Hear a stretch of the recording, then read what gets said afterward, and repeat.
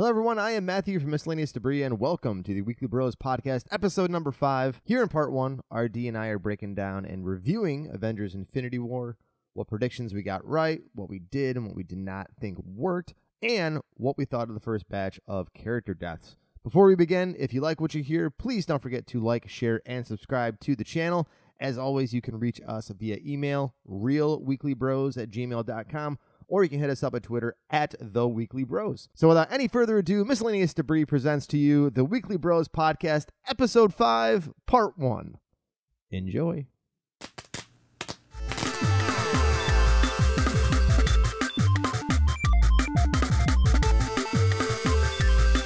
Hello everyone, I am Matthew from Miscellaneous Debris, and welcome to another smashing edition of the Weekly Bros Podcast. I am joined once again by my brother from my only mother, RD. How you doing, sir? How's it going? Matthew, thank you for having me back again. I appreciate it. As we mentioned in our videos last week, thank you everyone for checking them out and taking a gander at them.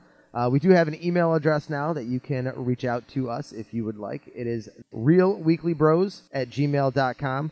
And we're also on Twitter at The Weekly Bros if you want to hit us up on Twitter. And follow us. We'll follow you back. Infinity War, it came out. We've both seen it twice. I was blown away. Dust in the wind almost. Like dust in the wind, blown away. Yeah, blown away. I was speechless. I was speechless amazing. for about 5 minutes afterward. It was the first Marvel movie that I left the theater with more questions than I had going in.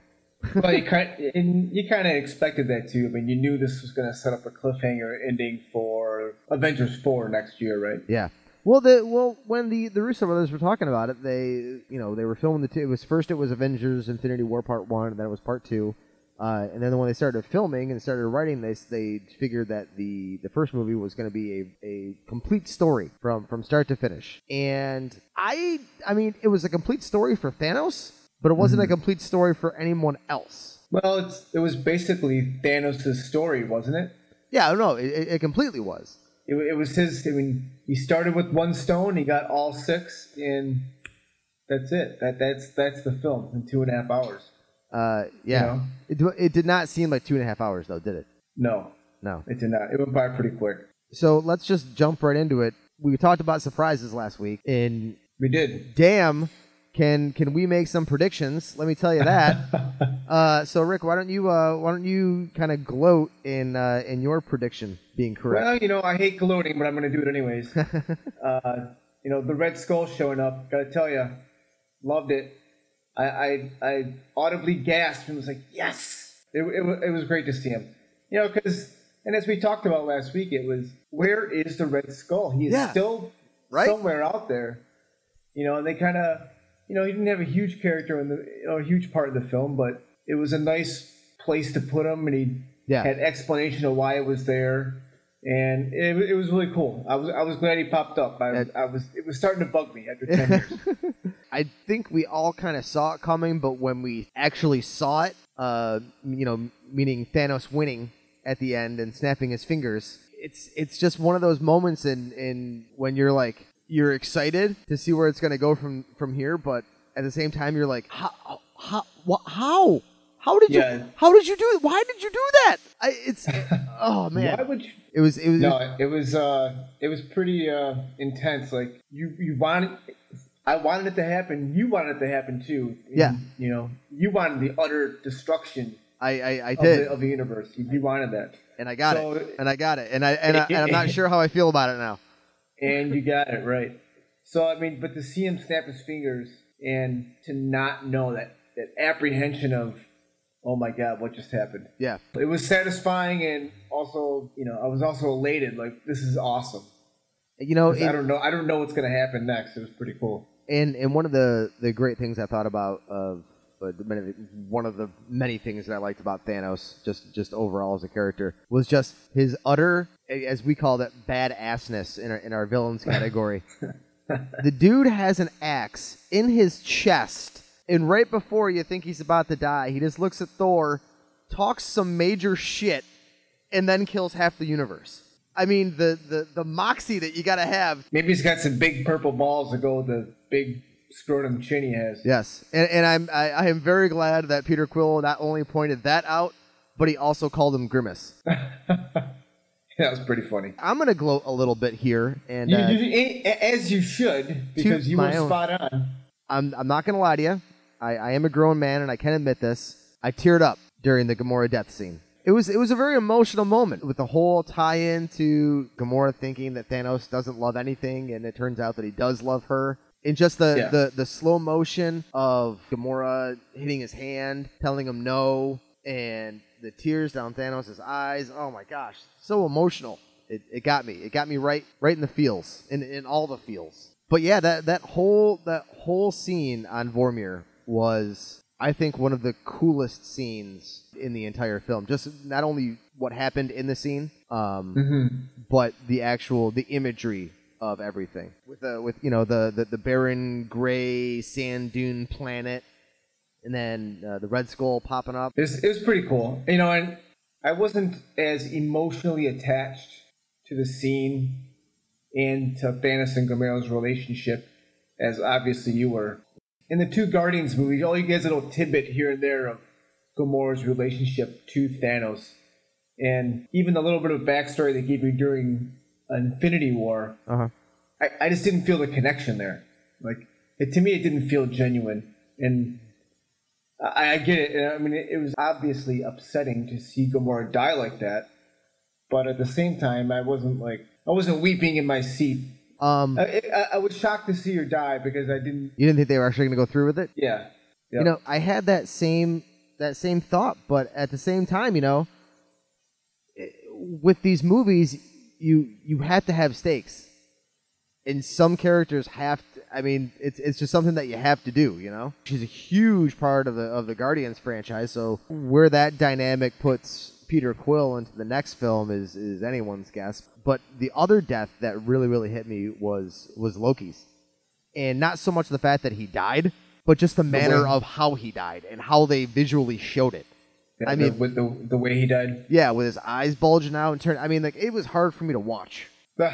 I mean, I have a problem with seeing choking visuals in general. That was intense, man. It was pretty grim, even for a Marvel movie. Yeah.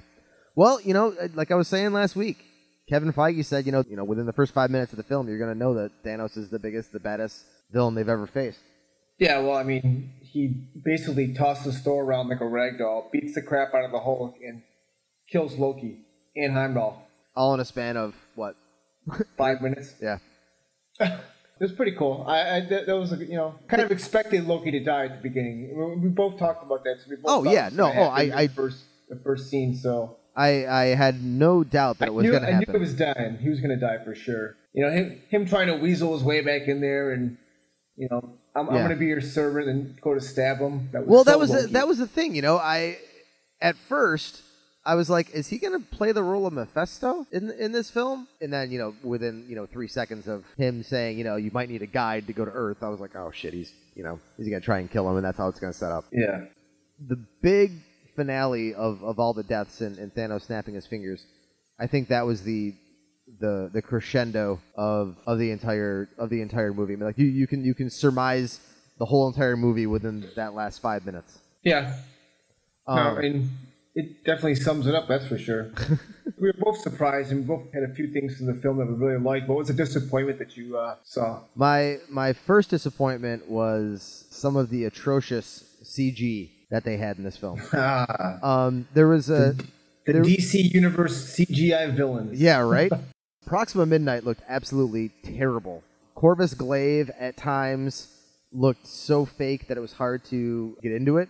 Proxima Midnight was that for the entire movie for me. It was very hard for me to take her seriously. I thought they did well with the Ebony Maw, and Cull Obsidian. I wish they would have done more with the Black Order. I mean, they were strictly there for fodder.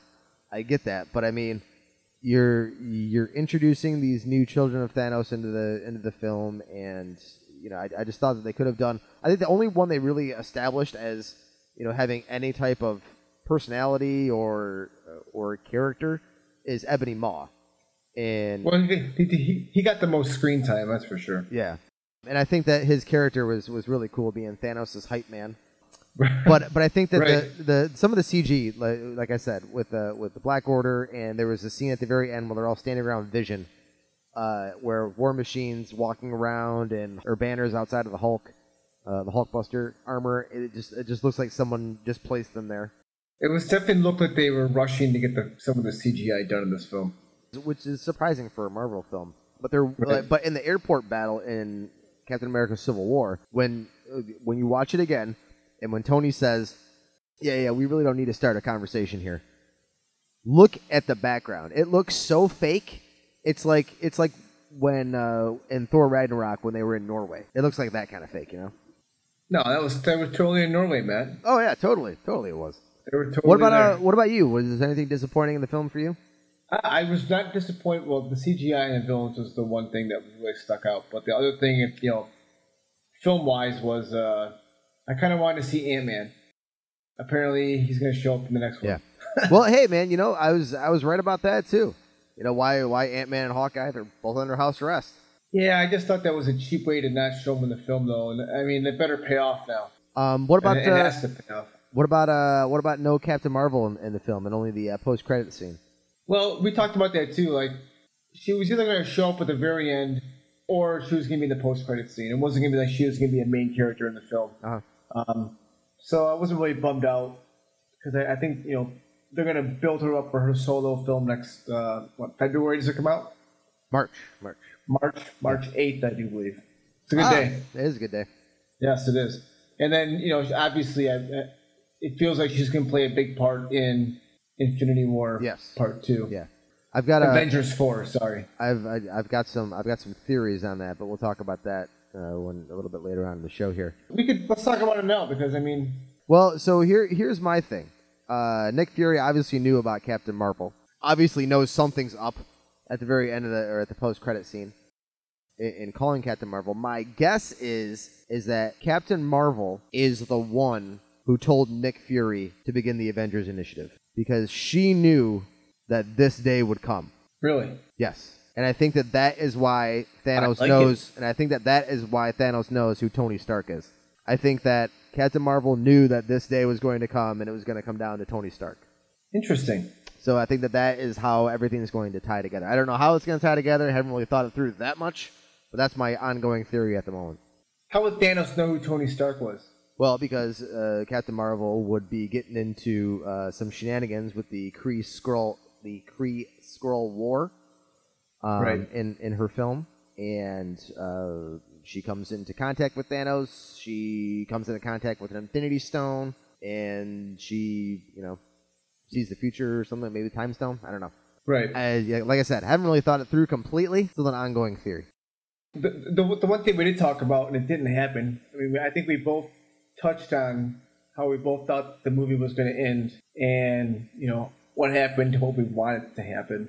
And Doctor Strange with the Time Stone, just giving it away. I think some people were shocked, but at the same time, he knew he had to do that. I think that was the only option. When he said that's the only option, or it was the only way, I think that was the only, 14 million scenarios? So I think he knew that's what he had to do, and Tony didn't realize it until after the fact. But our theory of Doctor Strange going back in time or forward in time to fix things isn't gonna work out anymore. What did you think of Avengers Infinity War? What do you think about what we had to say? Let us know in the comments below.